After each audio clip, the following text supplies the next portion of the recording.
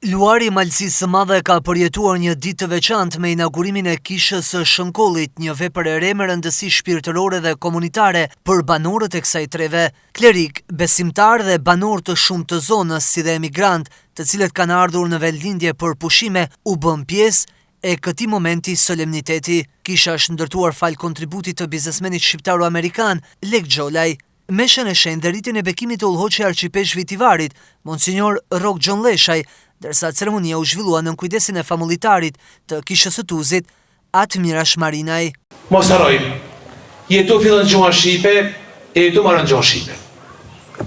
E kisha, përveç se misionit vetë, që ka shpirtëror, që është primari, gjitha vetë, mos harrojmë se kisha ka mision tjetër, për ruajtjen e gjuhës, traditave, tona e zbruka shqiptare. Për arsye, le kjo kish, tu ka me kenë, jetëm të thjesht një, ka me kenë jetëm një mision shpirtëror që tyre ka primare, por të tjetë edhe një gur, ku të truhet traditat tona shqiptare. Dhe dua të falenderoj Zotin për këtë ditë të sotme dhe për këtë ngjarje shumë të veçantë, që po e bëjmë bekimin e kësaj kishe këtu të bukur, e cila është dhuratë prej Lek Xholaj me familje, e cilin përzemërsisht e falenderoj për këtë dhuratë të madhe që ja ka bërë Arqipesh Vitivarit, kishës tonë Malëci në këto troje e këtij vendi.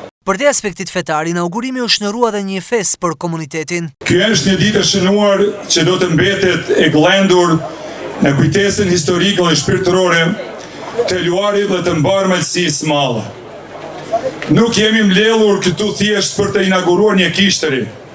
Jemi mbledhur për të nderuar një vepër që lind nga besimi i palëkundur në Zot, nga dashuria e pakufishme për vendlindjen dhe nga ajo ndjenjë e shenjtë që ka shoqëruar gjithmonë shqiptarin kudo e ka çuar jeta.